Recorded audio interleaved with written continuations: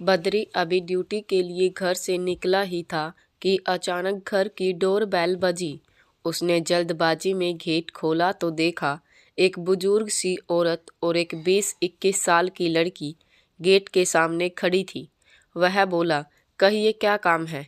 बुढ़िया ने एक कागज की पर्ची बद्री की तरफ बढ़ाते हुए कहा, बेटा यह एड्रेस यहीं का है ना? बद्री ने गौर से एड्रेस को देखा, फिर बोला, एड्रेस तो यहीं का है माताजी। नीलम मेरी पत्नी का नाम है, मगर वह इस समय घर पर नहीं है, ड्यूटी पर चली गई है। शाम को घर आएगी। बुढ़िया उदास होकर बोली, बेटा तुम्हारी पत्नी से मिलना बहुत ज़रूरी है। घर के एक कोने में जगह दे दो, हम दादी पोती उसका इंतज़ार कर लेंगे। बद्री झल्ला कर बोला, माताजी मैं अभी ड्यूटी पर जा रहा हूँ। बच्चे शहर में रहकर परीक्षा की तैयारी कर रहे हैं, घर में कोई नहीं रहेगा। आप बताओ मेरी पत्नी से क्या काम था? बुढ़िया अपनी जवान पोती की तरफ इशारा करते हुए बोली, 10 दिन बाद पोती की शादी है। इसके माँ बाप नहीं हैं।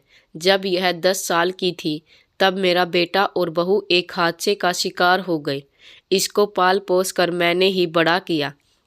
बुढ़िया आगे कुछ कहती उससे पहले ही बद्री ने अपना पर्स निकाला और उसमें से 100 का नोट निकाल कर बुढ़िया की तरफ बढ़ाते हुए बोला, लीजिए माताजी और मुझे जाने दीजिए। अगर टाइम पर ड्यूटी पर नहीं पहुंचूंगा तो छुट्टी लग जाएगी। बुढ़िया ने नाराज़गी भरे लहजे में कहा, मैं भिखारन नहीं हूँ। बद्री को बुढ़िया औरत का लहजा पसंद नहीं आया। वह बोला, पीछे हटिए, मुझे घर को ताला लगाना है। कहते हुए उसने ताला लगा दिया, फिर बाहर खड़ी गाड़ी की तरफ बढ़ा। पीछे से बुढ़िया बोली, बेटा एक बार अपनी पत्नी से मुझे बात करवा दो, मैं बहुत दूर से आई हूँ। मगर बद्री ने बुढ़िया की बात को अनसुना कर दिया और गाड़ी स्टार्ट करके चुपचाप चला गया। बुढ़िया के साथ खड़ी लड़की बोली, चलिए दादी, यहाँ आपकी कोई नहीं सुनने वाला। बुढ़िया वहीं घर के सामने बैठते हुए उदास सबर में बोली, अब आई हूँ तो नीलम से मिलकर ही जाऊंगी।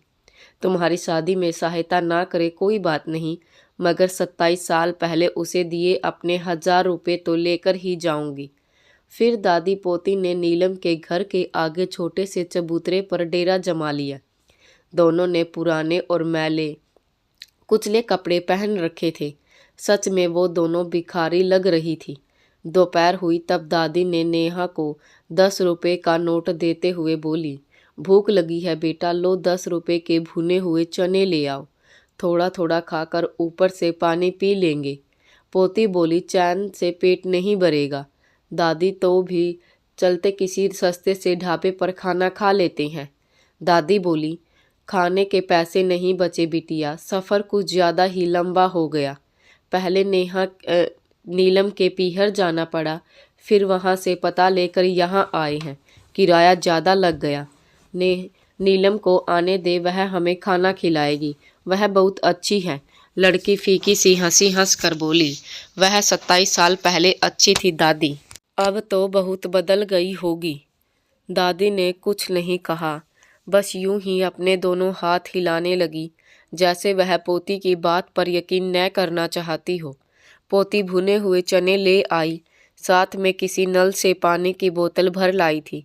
दोनों ने चने खाए, फिर पानी पीकर पेट को भर लिया ताकि खाली पेट इंतजार में खलल पैदा न कर सके।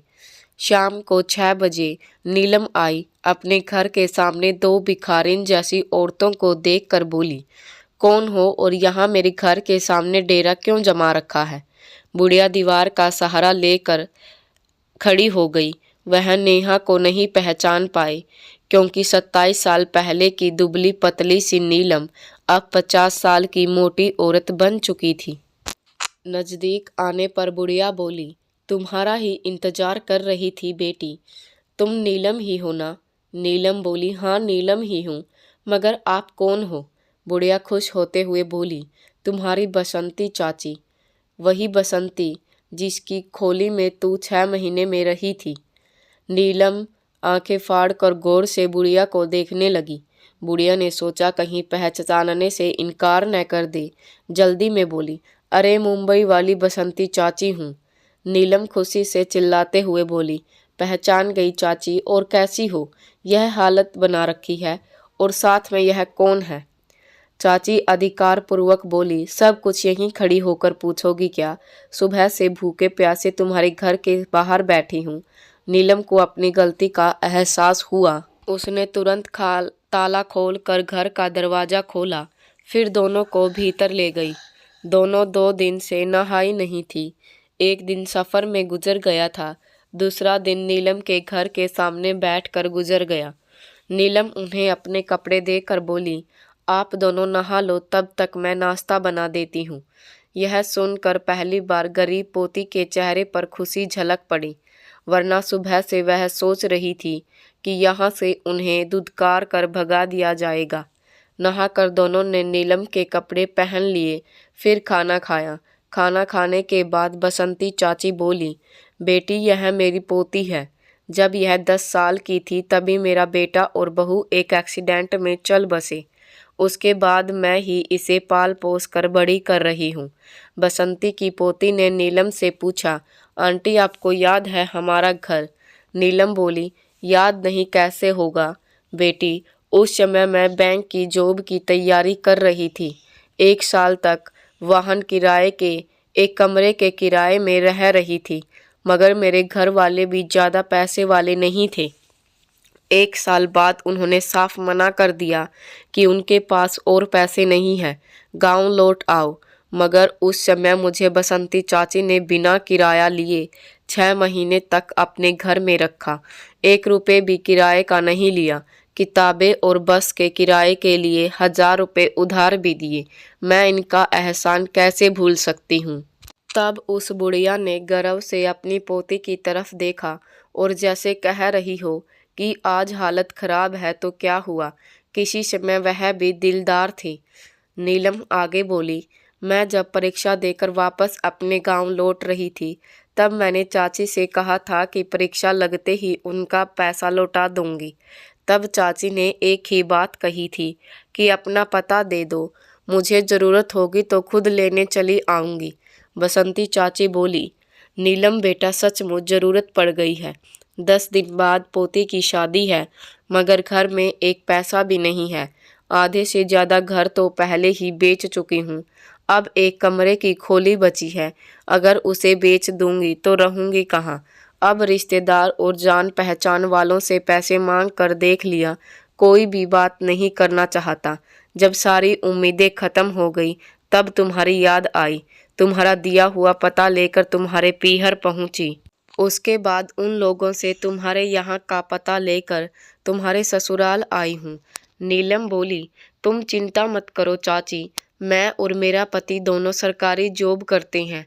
आज मैं तुम्हारी सहायता करने के काबिल हूँ, इसलिए हर संभव मदद करने की कोशिश करूँगी। यह सुनकर दादी पोती दोनों खुश हो गई। रात को नीलम का पति जब घर आया और बुढ़िया व उसकी पोती को अपने घर में अंदर ही अंदर गुस्सा हो गया। सबके सामने तो कुछ नहीं बोला, मगर रात को सोते से मैं अकेले में पत्नी से बोला, इन भिखारिन औरतों को घर के अंदर लाने की क्या ज़रूरत थी? रात में चोरी करके भाग गई तो? तब नीलम ने बताया कि आज वह जो नौकरी कर रही है वह उस औरत की ही देन है। अगर वह सहायता नहीं करती तो आज वह इस मुकाम पर नहीं होती। पति तर्क देते हुए बोला, नौकरी तुम अपनी काबिलियत से लगी हो, उसके 1000 रुपये की सहायता से नहीं लगी है। अब ज़्यादा दयालु मत बन जाना, सुबह 1000-2000 रुपये देकर पीछा छुड़ा लेना। दूसरे दिन नीलम बैंक नहीं गई, उसने एक दिन की छुट्टी ले ली। पति के ड्यूटी जाने के बाद वह बसंती चाची को बैंक ले गई, फिर उसके खाते में 10 लाख रुपए ट्रांसफ़र करवा दिए और 1000 रुपये नकद दे दिए। साथ में यह भी कहा कि काम पड़े तो बता देना, मैं शादी में भी आ रही हूँ। 10 लाख और 1000। बुढ़िया रो पड़ी, बोली, तुम पर भरोसा किया था बिटिया, मगर इतनी मदद कर दोगी यह नहीं सोचा था। भगवान तुम्हें हमेशा खुश रखे, तुम्हारी हर इच्छा पूरी करे। नीलम बोली, मैंने कुछ नहीं किया चाची, समझ लो समंदर में से एक बूंद आपको दी है, मगर आपने मेरे लिए जो किया वह बहुत ज़्यादा था।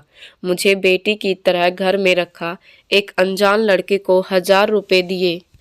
जैसे हाथ का मैल हो। वह 1000 रुपये आपके लिए बहुत ज़्यादा थे।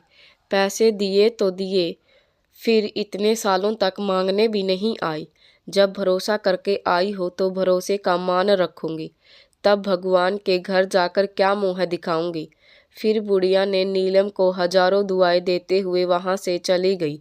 रात को जब नेहा के पति को पता चला कि पत्नी ने उस बुढ़िया को 10 लाख रुपए दे दिए, तब वह पत्नी से लड़ाई करने लगा। मगर उसी समय बेटे का फ़ोन आया और उसने कहा, पापा मेरा रिजल्ट आ गया। जरा भी उम्मीद नहीं थी, फिर भी मैं पास हो गया। मेरी नौकरी लग गई पापा।